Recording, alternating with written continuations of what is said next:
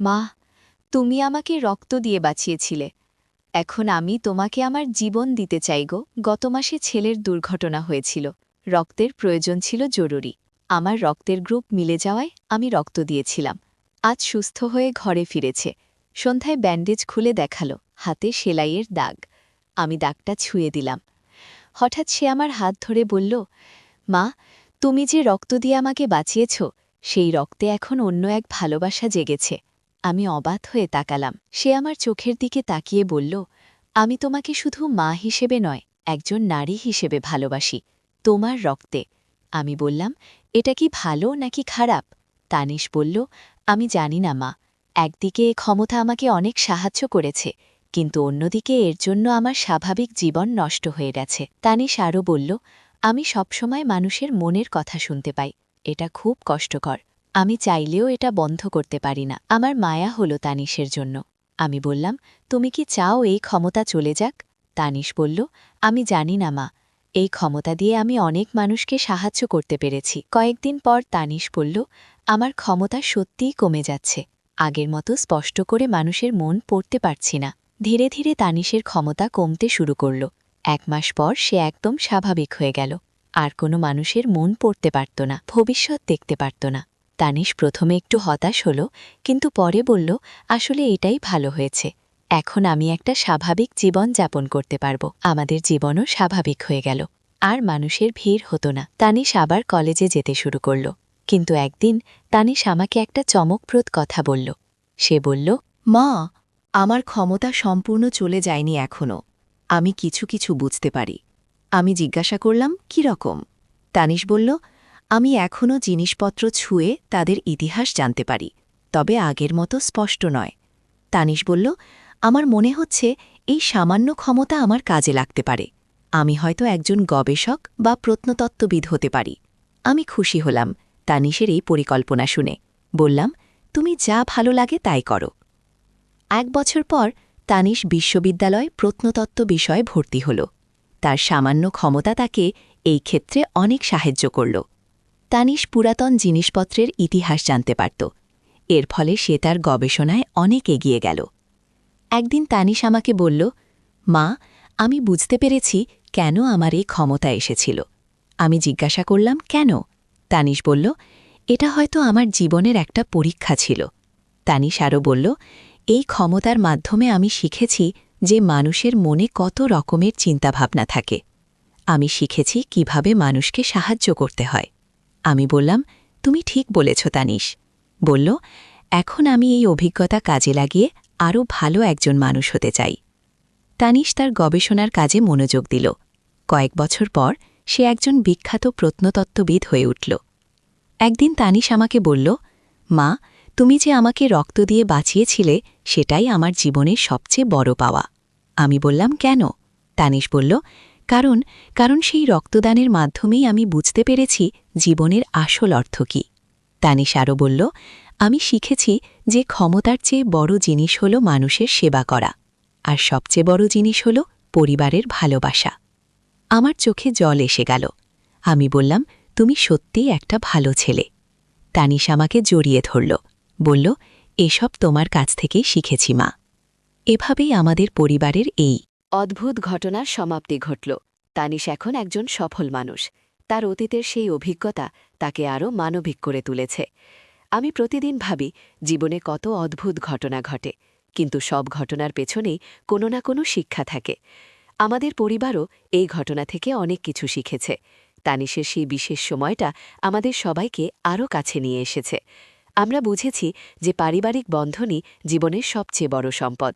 আজও কখনো কখনো তানিশ তার পুরাতন ক্ষমতার কথা মনে করে, কিন্তু সে আর সেই ক্ষমতা ফিরে পেতে চায় না, কারণ সে বুঝেছে যে স্বাভাবিক জীবনই সবচেয়ে সুন্দর। রীতাও এই পুরো ঘটনা দেখে অনেক কিছু শিখেছে। সে বলে, ভাইয়ার মতো আমিও মানুষের সেবা করতে চাই। আমি খুশি হই এই কথা শুনে।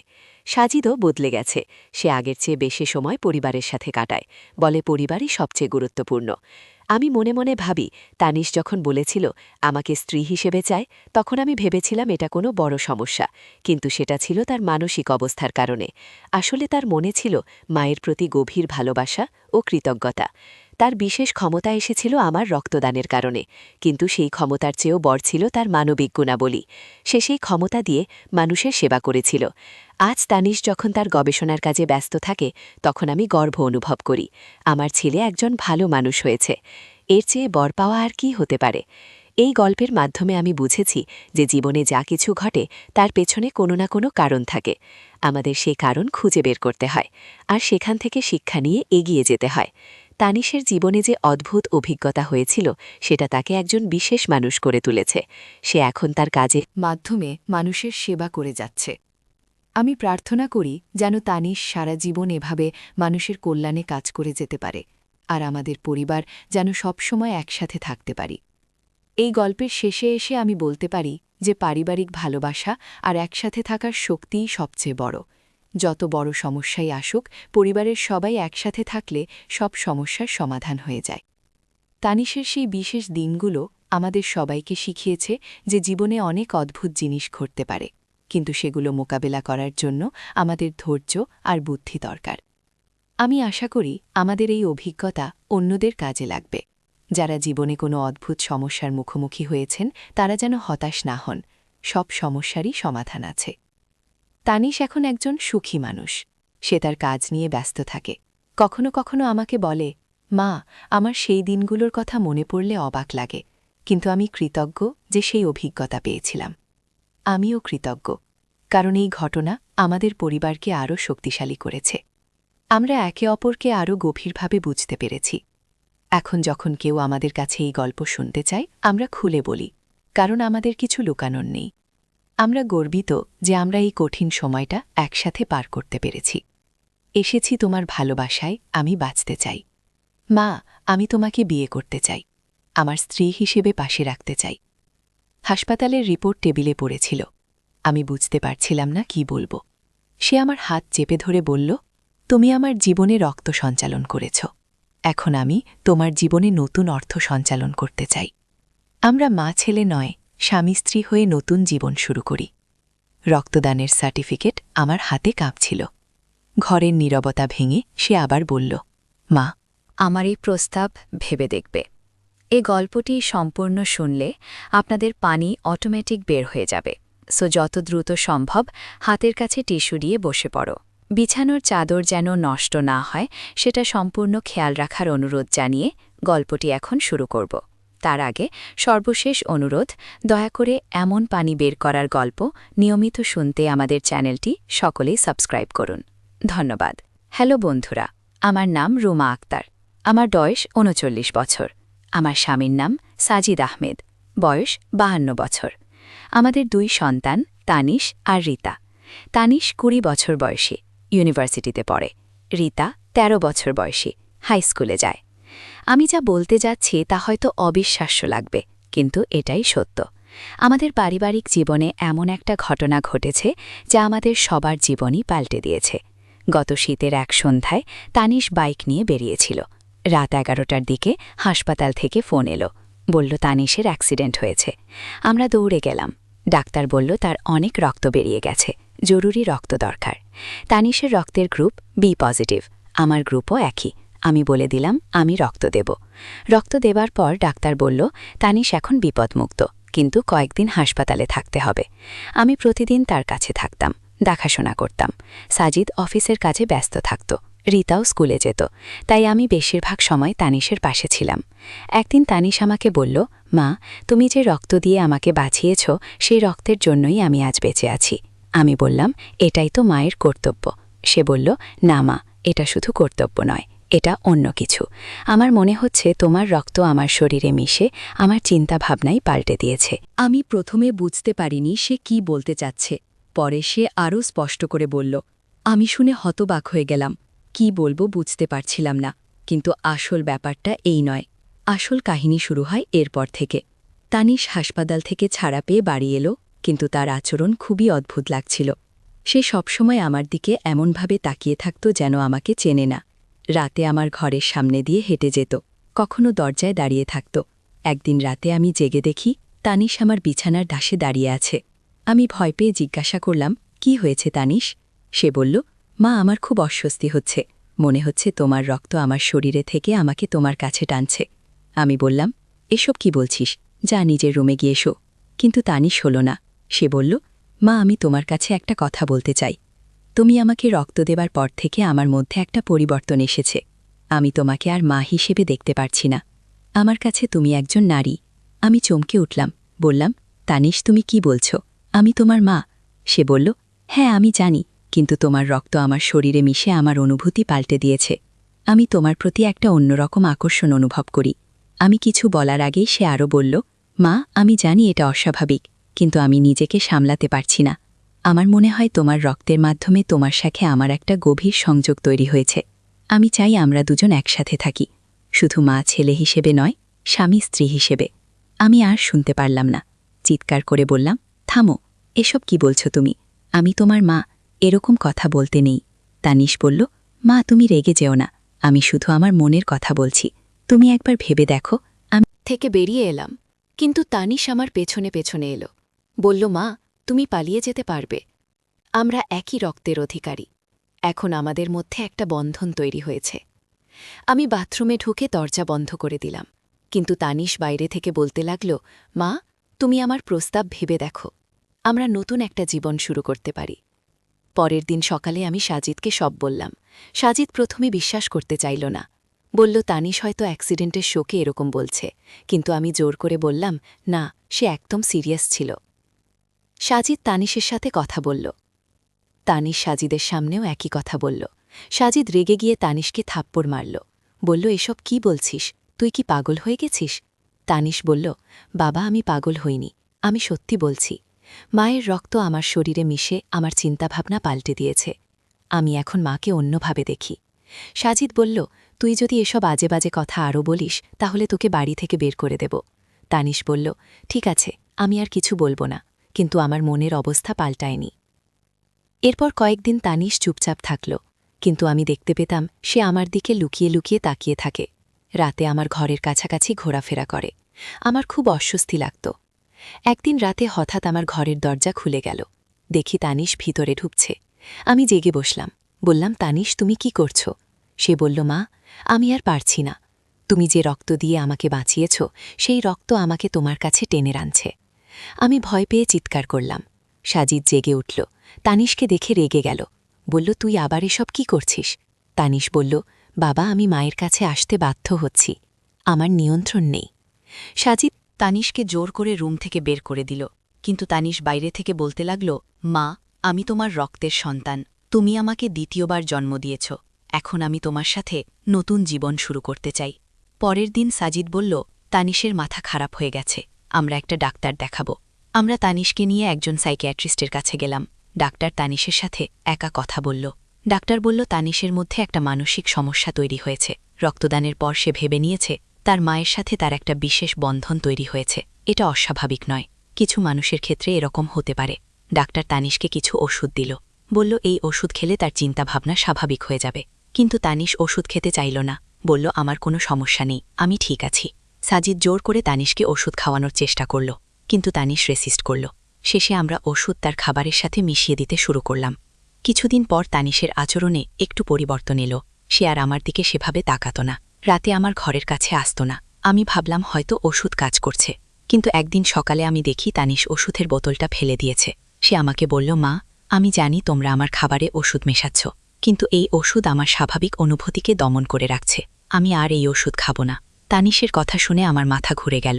আমি বুঝলাম তানিশের সমস্যা আরও গভীর, এই ওষুধে কাজ হচ্ছে না। আমি সাজিদকে বললাম, আমাদের তানিশকে কোনো বিশেষজ্ঞ ডাক্তার দেখাতে হবে। সাজিদ বলল, আমিও তাই ভাবছি। আমরা তানিশকে নিয়ে ঢাকার একটা বিখ্যাত হাসপাতালে গেলাম। সেখানে একজন বিশেষজ্ঞ সাইকাইট্রিস্ট তানিশকে দেখল। ডাক্তার তানিশের সাথে বিস্তারিত কথা বলল। ডাক্তার বলল, তানিশের মধ্যে এক ধরনের অবশেষণ তৈরি হয়েছে। এটা খুবই জটিল একটা মানসিক অবস্থা, এর চিকিৎসা সময় সাপেক্ষ। ডাক্তার তানিশকে হাসপাতালে ভর্তি রাখার পরামর্শ দিল, বলল কয়েক সপ্তাহ এখানে থেকে চিকিৎসা নিলে উন্নতি হবে। তানিশ প্রথমে রাজি হতে চাইল না, কিন্তু সে রাজি হল। সে বলল, ঠিক আছে আমি চিকিৎসা নেব, কিন্তু আমার মনের অবস্থা পাল্টাবে না। তানিশ হাসপাতালে ভর্তি হল। আমরা প্রতিদিন তাকে দেখতে যেতাম। ধীরে ধীরে তার অবস্থার উন্নতি হতে লাগল। ডাক্তার বলল, সে এখন অনেক ভালো। 1 মাস পর তানিশ বাড়ি এলো। তার আচরণ স্বাভাবিক লাগছিল। সে আর আমার দিকে সেভাবে তাকাত না, আমার সাথে স্বাভাবিকভাবে কথা বলত। আমি ভাবলাম হয়তো তানিশ সুস্থ হয়ে গেছে, কিন্তু একদিন রাতে আবার সেই ঘটনা ঘটল।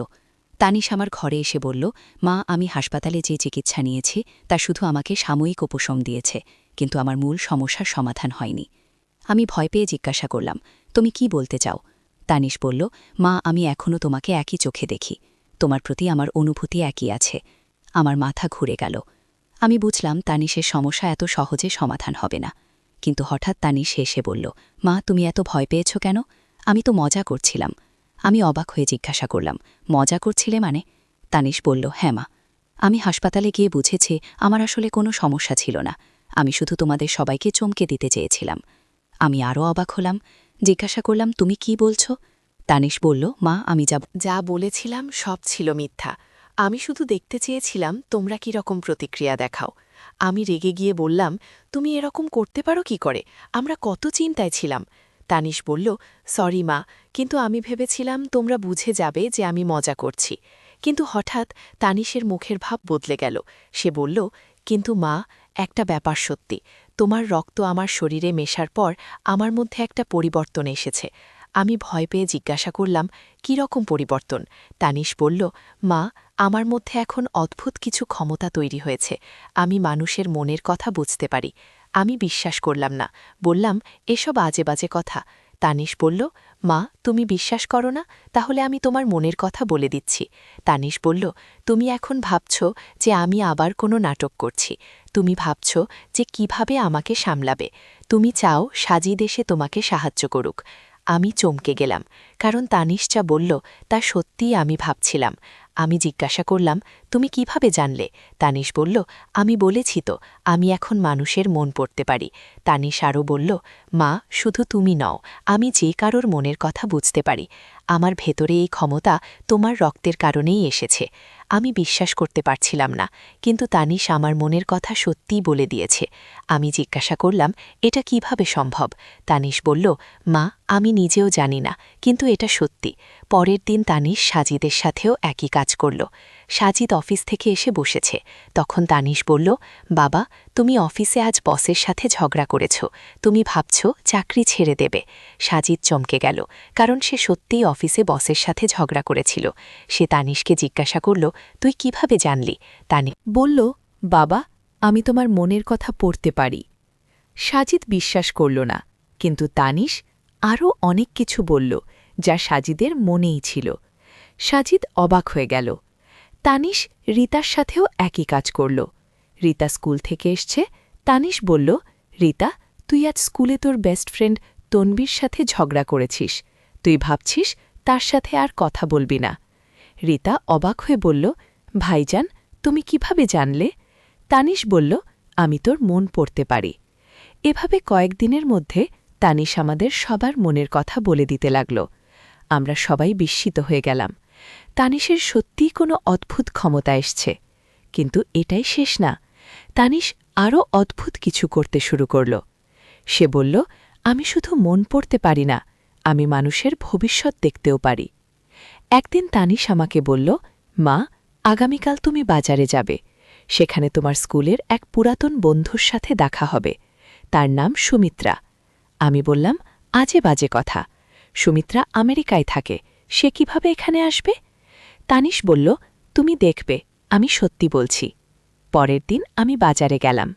সত্যি সেখানে সুমিত্রার সাথে দেখা হল। সে আমেরিকা থেকে এসছে।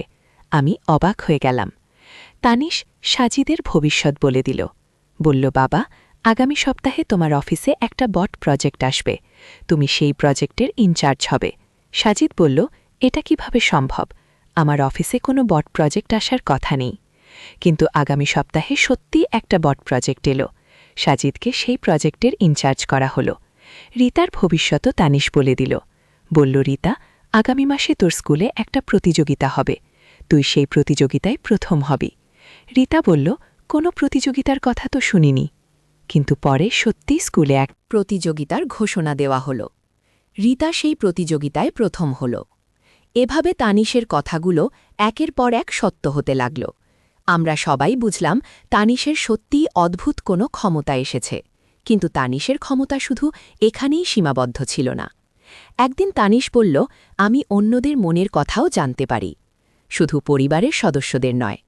একদিন আমাদের প্রতিবেশী রহিম চাচা আমাদের বাড়িতে এলেন। তানিশ তাকে বলল, চাচা, আপনি আজ সকালে আপনার ছেলের সাথে ফোনে ঝগড়া করেছেন। আপনার ছেলে বিদেশে থাকে, সে টাকা পাঠায় না বলে আপনি রেগে আছেন। রহিম চাচা চমকে গেলেন, কারণ তিনি সত্যিই সকালে তার ছেলের সাথে ফোনে ঝগড়া করেছিলেন। তিনি জিজ্ঞাসা করলেন, তুই কিভাবে জানলি তানিশ? বলল, আমি আপনার মন পড়তে পারি। রহিম চাচা আমাদের কাছে তানিশের এই ক্ষমতার কথা শুনতে চাইলেন।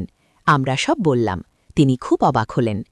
কিছুদিনের মধ্যে এলাকায় তানিশের এই অদ্ভুত ক্ষমতার কথা ছড়িয়ে গেল। মানুষ তানিশের কাছে আসতে শুরু করল। তারা তাদের ভবিষ্যৎ জানতে চাইত। তানিশ সবার ভবিষ্যৎ বলে দিত। তার কথা সত্য হতো। ধীরে ধীরে তানিশ এলাকায় বিখ্যাত হয়ে গেল। কিন্তু একদিন তানিশ আমাকে একটা ভয়ানক কথা বলল। সে বলল, মা, আমি একটা খারাপ স্বপ্ন দেখেছি। আমাদের পরিবারে একটা বড় বিপদ আসছে। আমি জিজ্ঞাসা করলাম, কী রকম বিপদ? তানিশ বলল, আমি পরিষ্কার করে বলতে পারছি না, কিন্তু আমার মনে হচ্ছে আমাদের সবার জীবনে একটা বড় পরিবর্তন আসবে।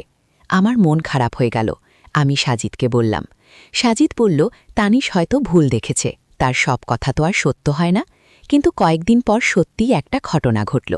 একদিন সকালে আমি দেখি তানিশ বিছানায় অজ্ঞান হয়ে পড়ে আছে। আমি ডাকাডাকি করলাম, কিন্তু সে সাড়া দিল না। আমরা তানিশকে হাসপাতালে নিয়ে গেলাম। ডাক্তার পরীক্ষা করে বলল, তানিশের ব্রেইনে কিছু অস্বাভাবিক কার্যকলাপ দেখা যাচ্ছে। এটা বিপজ্জনক হতে পারে। ডাক্তার আরও টেস্ট করল। রিপোর্ট দেখে বলল, তানিশের ব্রেইনের কিছু অংশ অতিরিক্ত সক্রিয় হয়ে উঠেছে। এর ফলে তার মধ্যে এই অদ্ভুত ক্ষমতা তৈরি হয়েছে। কিন্তু এটা তার জীবনের জন্য ঝুঁকিপূর্ণ। আমি জিজ্ঞাসা করলাম, এর চিকিৎসা কী? ডাক্তার বলল, এটা খুবই জরুরি। আমাদের আরও বিশেষজ্ঞ ডাক্তারদের সাথে পরামর্শ করতে হবে। তানিশ 3 দিন অজ্ঞান ছিল। চতুর্থ দিনে জ্ঞান ফিরল। কিন্তু জ্ঞান ফেরার পর সে বলল, মা, আমার ক্ষমতা আরও বেড়ে গেছে। আমি এখন আরও দূরের মানুষের মনও পড়তে পারি। তানিশ বলল, আমি এখন শুধু মানুষের মন নয়, জিনিসপত্রের ইতিহাসও জানতে পারি। কোনো জিনিস ছুলেই আমি বুঝতে পারি এর আগে কি ঘটেছে। হাসপাতালে একটা পুরাতন চেয়ার ছিল। তানিশ সেটা ছুঁয়ে বলল, এই চেয়ারে 20 বছর আগে একজন রোগী বসেছিল। তার ক্যান্সার হয়েছিল, সে মারা গেছে। নার্স এসে বলল, এই চেয়ারটা সত্যিই 20 বছরের পুরাতন, এখানে অনেক ক্যান্সার রোগী বসেছে। তানিশের এই নতুন ক্ষমতা দেখে ডাক্তাররাও অবাক হলেন। তারা তানিশকে নিয়ে গবেষণা করতে চাইলেন। কিন্তু তানিশ বলল, আমি এখানে আর থাকতে চাই না, আমার বাড়ি যেতে ইচ্ছা করছে। ডাক্তার বলল, তানিশের অবস্থা এখনও বিপজ্জনক, তাকে আরও কিছুদিন হাসপাতালে রাখতে হবে। কিন্তু তানিশ জোর করে বাড়ি চলে এলো। সে বলল, আমি জানি আমার কি হবে, আমাকে হাসপাতালে থাকতে হবে না। বাড়ি এসে তানিশ ভারো অদ্ভুত কাজ করতে শুরু করল। সে বাড়ির পুরাতন জিনিসপত্র ছুঁয়ে তাদের ইতিহাস বলতে লাগল। তানিশ আমার পুরাতন একটা শাড়ি